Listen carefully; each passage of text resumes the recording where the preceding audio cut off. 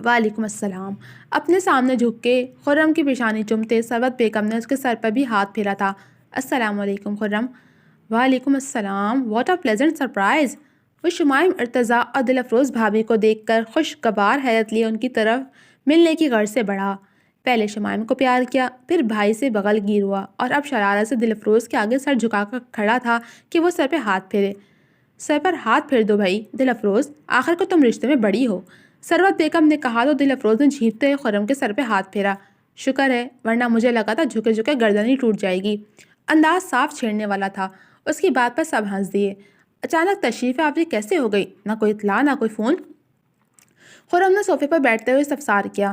امی کی طبیعت ٹھیک نہیں تھی، اس دن میں نے فون کیا تھا تو یاد کر رہی تھی، پھر آفس میں کام بھی اتنا زیادہ نہیں تھا تو میں نے توقیر سے پوچھا تو اس نے اپنا تو منع کر دیا کہ وہ ان دنوں بے حد مصروف تھا، مگر شمائم کو اجازت دے دی اور ہم پاکستان چلے آئے۔ ارتضیٰ نے مختصر آنے کا جواز پیش کیا۔ چلو اچھا ہے، اسی بہانے امی کا دل بھی لگ جائے گا، بڑی اداس رہتی ہیں یہ، خرم نے ثروت بیگم کو بازو کے حلقے میں لے کر کہا۔ ہم تو آج ہیں، کل چلے جائیں گے، دل لگانے کی عارضی وجہ نہیں، مستقل وجہ ڈھونڈو بھائی۔ ارتضیٰ نے مسکراہٹ دبائی۔ کیا مطلب؟ میں کچھ سمجھا نہیں۔ مستقل وجہ؟ خرم نے آئی برو اچکائے۔ بھائی شادی کر لو، کب تک کمانا رہنا ہے؟ شمائم نے گھور کا خرم کی معصومیت کو ملاحظہ کی۔ میرے کنوارے پن کے دشمنوں، جلتے ہو میری بیچلر لائف سے۔ خرم نے آنکھیں سکیڑی۔ ایسی کیا بات ہے، میرڈ لائف بھی کم خوبصورت نہیں ہوتی برخوردار، اپنی امی سے پوچھو بیچلر لائف اچھی تھی یا میرڈ؟ اسما صاحب نے کن نظروں سے اپنی شریک حیات کو دیکھا اور خرم سے مخاطب ہوئے تھے۔ آپ بھی کیا باتیں لے کر بیٹھ گئے ہیں، یہاں بات خرم کی ہو رہی ہے، ثروت بیگم نے خفگی سے کہہ کر پہلو بدلا تو اسما صاحب سمیت سبھی ہنس دیے۔ شمائم خرم کی جڑواں بہن تھی۔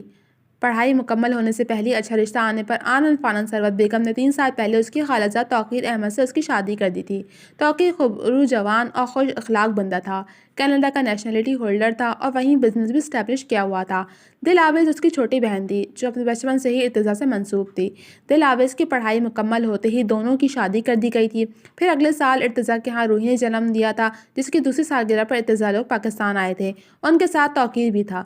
بڑے پیمانے پر سالگرہ کا اہتمام کیا گیا تھا اور اسی موقع پر توقیر احمد نے اپنی پسند گھر والوں کے سامنے رکھ دی تھی۔ پھر کیا تھا، سبھی نے اس کی پسند کو نہ صرف سراہا تھا بلکہ اسی موقع پر جھٹ پٹ دونوں کو نکاح کے بندھن میں باندھ دیا گیا۔ اس وقت شمائم 11ویں میں تھی، یوں اس کی رخصتی 12ویں کے بعد طے ہوئی، جس پر شمائم نے خاصا احتجاج بھی کیا جو کسی کام نہ آیا، اور بالآخر توقیر اسے اپنے سنگ مزید تعلیم شادی کے بعد دلوانے کا کہہ کر کینیڈا لے گیا۔ اس نے صرف کہا ہی نہیں تھا بلکہ کر کے دکھایا تھا۔ شادی کے بعد اس کا ایڈمیشن کروا کر اس کی خواہش کو تکمیل تک پہنچایا تھا۔ ارتضیٰ ان کے بڑے بھائی تھے، یعنی ثروت کی پہلی اولاد۔ وہ اپنی بیوی کے ہمراہ کینیڈا میں ہوتے تھے۔ ملک سے باہر بزنس کرنا ارتضیٰ کا خواب رہا تھا، جسے پورا کرنے کے لیے وہ کینیڈا میں ہوتا تھا۔ اولاد کی خواہشوں پر اسما صاحب اور ثروت بیگم نے نہ پہلے کبھی روک ٹوک لگائی تھی، نہ ارتضیٰ کے وقت پر لگانے کی خواہش رکھتے تھے کہ یوں بھی ان کے پاس خرم تھا۔ خوشگوار ماحول میں کھانا کھایا گیا تھا۔ شمائم اور خرم کی نوک جھونک عروج پر تھی۔ ارتضیٰ بھی پیش تھے، دل افروز بھی ان کا ساتھ دے رہی تھی۔ وہ لوگ صبح کے آئے ہوئے تھے۔ کچھ دیر آرام کرنے کے بعد شمائم اور دل افروز نے مل کر شام کا مینیو منتخب کر کے کھانا پکا لیا تھا۔ اپنوں سے ملنے کی اس قدر خوشی تھی کہ تھکن کا شائبہ تک نہ تھا۔ اب بھی دل افروز چائے بنا کر سب کچھ سرو کر رہی تھی۔ مجھے آپ سے کچھ بات کرنی ہے امی، یہ بھی اچھا ہے کہ سب یہیں موجود ہیں۔ چائے کا کپ تھامے خرم نے سنجیدگی سے ثروت بیگم کی طرف دیکھا۔ کیا بات ہے خرم؟ ثروت بیگم ایک دم سیدھی ہوئیں۔ میں آپ کو کسی سے ملوانا چاہتا ہوں، مجھے یقین ہے کہ آپ اس سے مل کر خوش ہوں گی۔ جینڈر تو بتائیں۔ شمائم کی شوق سی آواز ابھری تھی۔ ثروت بیگم کے تاثرات بھی خاصا نافہم سے تھے۔ آف کورس یار، لڑکی ہی ہے، مزینہ نام ہے اس کا، با اخلاق اور ملنسار لڑکی ہے، بہت جلدی سب میں گھل مل جاتی ہے۔ خرم کے بتانے پر ثروت بیگم نے جانسی نظروں سے بیٹے کو دیکھا۔ تو یہ وجہ ہے تمہارے دیر سے گھر آنے کی؟ وہ قدرے مشکوک ہوئیں۔ ارے امی بالکل بھی نہیں، میں تو ملتا ہی نہیں ہوں اس لڑکی سے، ہاں کبھی اتفاق سے ملاقات ہو جائے تو وہ الگ بات ہے۔ خرم نے ان کے دونوں ہاتھ تھام لیے۔ دیکھ لیں امی، بیٹا ہاتھ سے نکل گیا۔ شمائم نے لگے ہاتھوں تیلی لگائی جس پر خرم واقع سلگ گیا۔ تم چپ رہو مس فائر۔ خرم مجھے سب کچھ سیدھے سیدھے بتاؤ۔ وہ واقعی خفا نظر آ رہی تھیں۔ خرم نے انہیں سب کچھ بتا دیا کہ وہ کیسے عشرے کے توسط سے اسے ملا تھا، اس سے قبل پہلی بار اسے کلینک میں دیکھا تھا، وغیرہ وغیرہ۔ پھر کب جا رہی ہیں آپ؟ اس نے لجاجت سے پوچھا۔ دیکھوں گی، وقت ملا تو جاؤں گی، انہوں نے جان چھڑانے والے انداز میں کہا۔ امی یہ بہت غلط بات ہے۔ خرم احتجاج میں چیخا تو سب کی ہنسی چھوٹ گئی۔ ثروت بیگم نے بیٹے کے کان کھینچے۔ مجھ سے نہیں چھپنے والی تمہاری یہ بے قراریاں اور بےتابیاں، معاملہ تو پسندیدگی سے آگے کا ہے، بولو ہے نا؟ خرم نے بے چارگی سے انہیں دیکھا تو ثروت بیگم نے کان چھوڑ دیے۔ اب ایسے نہ منہ بسورو، میں کل صبح ہی اپنے بیٹے کی محبت سے مل کر آؤں گی۔ میرے خرم کی پسند مجھے یقین ہے اتنی ہلکی نہیں ہوگی۔ خرم ان کی بات پر ٹھٹکا۔ امی وہ کوئی ہائی کلاس لڑکی نہیں ہے، آپ کس بھول میں ہیں؟ آپ کسی بھول میں تو نہیں ہے نا؟ مزینہ کا تعلق غریب طبقے سے ہے۔ خرم نے بروقت انہیں سچائی سے آگاہ کیا۔ تم پریشان کیوں ہو رہے ہو خرم؟ مجھے کوئی اعتراض نہیں ہے، جو بھی انسان دل کا امیر ہونا چاہیے، اخلاق کی فراوانی ہونی چاہیے، باقی ساری چیزیں بات کی ہیں۔ میں لڑکی کی ماں سے ملوں گی انشاءاللہ، مجھے اگر ٹھیک لگا تو میں تمہیں کل ہی اچھی خبر سننے کو ملے گی۔ بیٹے کا گال سہلاتے انہوں نے مسکرا کر کہا، ویری فاسٹ یار۔ ارتضیٰ نے اسے سراہا تو وہ سر کو خم کر گیا۔ حماس کو ریڈی کر کے وہ نیچے کچن میں آ گئی تھیں۔ حماس نے ٹیبل سے روشنی کا موبائل اٹھایا اور اپنے ہاتھ میں پکڑا کاغذ کے رقعے پر درج نمبر ڈائل کر کے کان سے لگا لیا۔ السلام علیکم بابا جانی۔ ذوالقرنین صبح انجان نمبر دیکھ کر چونکا تھا۔ اس سے بھی زیادہ حیرت اسے فون سے ابھرتی حماس کی آواز سن کر ہوئی تھی۔ وعلیکم السلام، کیسے ہو چیمپئن؟ مسکراہٹ اپنے آپ اس کے لبوں پر ٹھہری تھی۔ آپ کا چیمپئن اچھا ہے، آپ کیسے ہو؟ میں ٹھیک ہوں، کیونکہ میرا بیٹا بالکل ٹھیک ہے۔ بابا آج آپ مجھے اسکول لینے آئیں نا؟ میرے سارے دوستوں کے ڈیڈی انہیں لینے آتے ہیں، ایک میرے ہی بابا جانی نہیں آتے، آپ آئیں گے نا؟ ننھے حماس کی محرومی پر ذوالقرنین کا دل کٹ گیا۔ لب دبائے وہ اس کی معصوم سی خواہش سن رہا تھا۔ اس کے لہجے میں آس کے دیے روشن تھے۔ کیا وہ ان دیوں کو بجھانے کی سکت رکھ پائے گا؟ بے اختیار دماغ ماضی کی کتاب کے زرد پنوں سے الجھنے لگا۔ وہ تمہارا بیٹا ہے، تمہیں اس کی ہر خواہش پوری کرنی ہے۔ میں نہیں چاہتا حماس کسی محرومی کا شکار ہو۔ کھڑکی کے پردے ہوا سے پھڑپڑائے تھے، اس نے گہری سانس لی۔ حماس کس سے بات کر رہے ہو؟ وہ حماس کو ناشتے کے لیے بلانے آئی تھی، مگر اس کی گفتگو سن کر دہلیز پر ہی پاؤں منجمد ہو گئے تھے۔ حماس نے خوف زدہ ہو کر نفی میں گردن ہلاتے موبائل کمر کے پیچھے چھپا لیا۔ روشنی خطرناک تیور لیے حماس کی طرف بڑھی تھی۔ ایک جھٹکے سے موبائل چھین کر بیڈ پر اچھالا تھا۔ کس سے بات کر رہے تھے آپ؟ کس کو بابا بول رہے تھے؟ کیا آپ نہیں جانتے کہ آپ کے بابا اللہ تعالیٰ کے پاس چلے گئے ہیں اور اب کبھی واپس نہیں آئیں گے؟ وہ جانتی تھیں کہ ان کا لاڈلا کس سے بات کر رہا تھا۔ ان کی قوت برداشت جواب دے گئی تھی، کیونکہ وہ ذوالقرنین کو بابا کہہ رہا تھا، کہہ کر انجانے میں اپنی ماں کو کسی غیر سے منسوب کر رہا تھا۔ وہ دوہری عزت کے عذاب سے گزرنے لگی تھی۔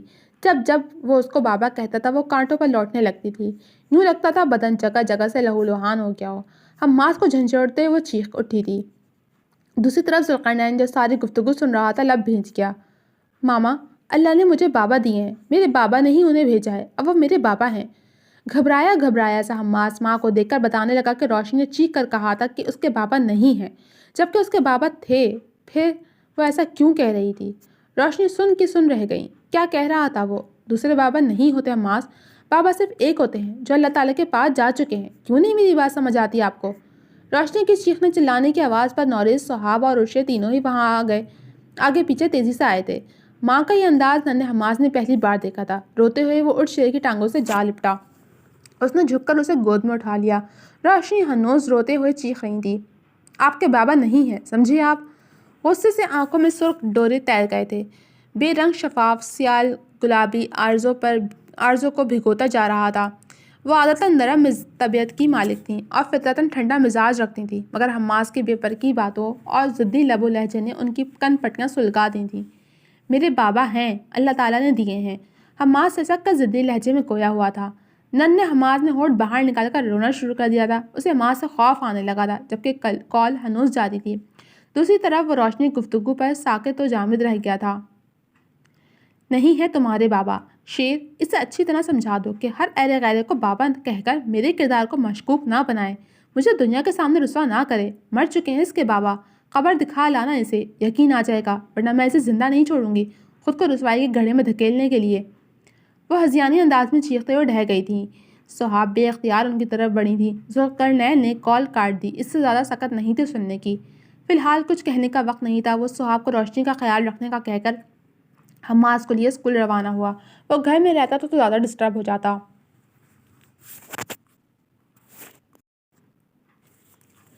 مزینہ آج اسکول نہیں گئی تھی۔ خرم نے اسے میسج کر کے اپنے گھر والوں کی آمد کی اطلاع دے دی تھی۔ اس کے ہاتھ پیر پھول گئے تھے۔ اس نے ساری بات عائشہ کے گوش گزار کر دی۔ اس نے اسے کہا تھا کہ وہ گھر کی صفائی کر کے رکھے اور خود بھی تیار رہے، باقی کا کام وہ خود آ کر دیکھ لے گی۔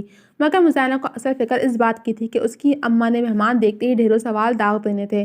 ظاہرشاہ نے اسے حوصلہ دیا اور فی الوقت منہ بند رکھنے کو کہا کہ خرم کو خالہ جانتی تھیں، وہ 2 دفعہ یہاں آ چکا تھا، اب ایسے میں وہ رشتے کے لیے اپنے گھر والوں کو بھیجتا ہے تو اس کی پوزیشن کلیئر تھی۔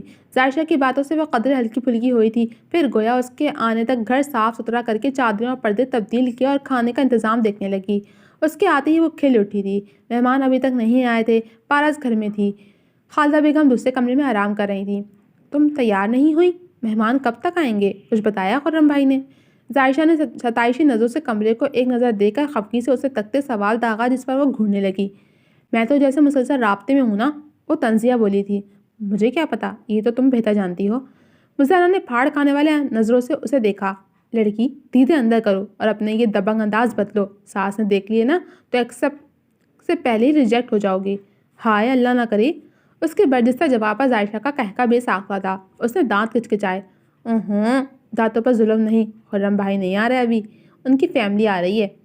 معنی خزی سے کہتے اس نے الماری سے اسے ہلکی پھلکی سی امبرائڈری والا لان کا پرنٹڈ سوٹ نکال کر دیا۔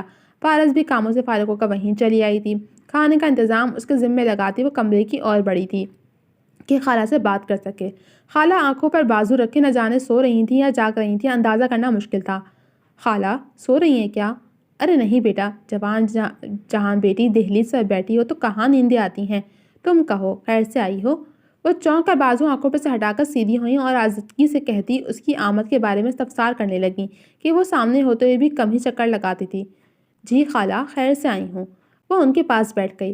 آپ فکر کیوں کرتی ہیں؟ اللہ نے چاہا تو آپ بہت جلد مزینہ کی ذمہ داری سے سبکدوش ہو جائیں گی۔ مسکراتے ہوئے ان کے ہاتھ اپنے دونوں ہاتھوں میں تھام کر انہیں تسلی دیتے ہوئے انہیں بھی مسکرانے پر مجبور کر گئی۔ خرم کو تو جانتی ہیں نا آپ؟ اس نے بات کا آغاز کیا۔ وہی جو ڈاکٹر ہے دانتوں کا؟ جی وہی۔ ظاہرشاہ نے یقین کی مہر لگائی۔ بڑا ہی بھلا مانس ہے، اچھے خاصے کھاتے پیتے گھر کا بچہ ہے، غرور تکبر تو نام کو بھی نہیں ہے، نیک اور فرمانبردار بھی بڑا ہے۔ اس دن تو کھانا کھا کر ہی گیا تھا، ورنہ ہم جیسے غریبوں کے گھر کا تو لوگ پانی بھی پینا پسند نہیں کرتے۔ وہ اپنی روح میں کہہ ہی چلی جا رہی تھیں، ظاہرشاہ کو بولنا پڑا۔ خرم بھائی کے گھر والے آ رہے ہیں یہاں۔ خالدہ بیگم نے چونک کر تھوڑی پر ہاتھ رکھ کے ظاہرشاہ کو دیکھا۔ وہ لوگ مزینہ کے رشتے کے سلسلے میں آ رہے ہیں۔ دراصل خرم بھائی مجھ سے کافی دن سے اس بارے میں بات کرنا چاہ رہے تھے۔ انہوں نے مجھ سے پوچھا تھا کہ اگر وہ اپنی فیملی کو بھیجیں تو آپ کو برا تو نہیں لگے گا؟ میں نے کل انہیں بہت سوچنے کے بعد مثبت جواب دے دیا تھا اور آج ان کی فیملی آ رہی ہے۔ میں صبح بتاتی آپ کو، مگر مجھے دیر ہو رہی تھی اسکول کے لیے، اس لیے جلدی میں مزینہ کو بتا دیا۔ کیا اس نے آپ سے ذکر نہیں کیا؟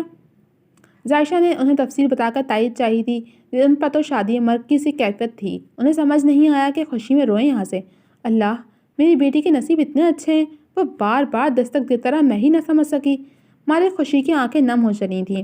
مزینہ نے جھجک کے مارے نہیں بتایا مجھے، گھر کا حال دیکھوں، اٹھ کر مہمان آتے ہوں گے، پتہ نہیں لڑکی نے کچھ کیا بھی ہے کہ نہیں۔ وہ پھرتی سے پلنگ سے اتر کر چپلیں پہننے لگیں۔ خالہ حوصلہ رکھیں، سب کام ہو گئے ہیں، بس مہمانوں کا انتظار ہے۔ بے اختیار انہوں نے ظاہرشاہ کا سر چوما تھا، وہ انہیں مزینہ کی تنہی عزیز تھی۔ جی تو جناب، کیسی لگی آپ کو یہ ایپیسوڈ؟ امید ہے پسند آئی ہوگی۔ کمنٹ سیکشن میں اپنی رائے کا اظہار ضرور کیجیے گا۔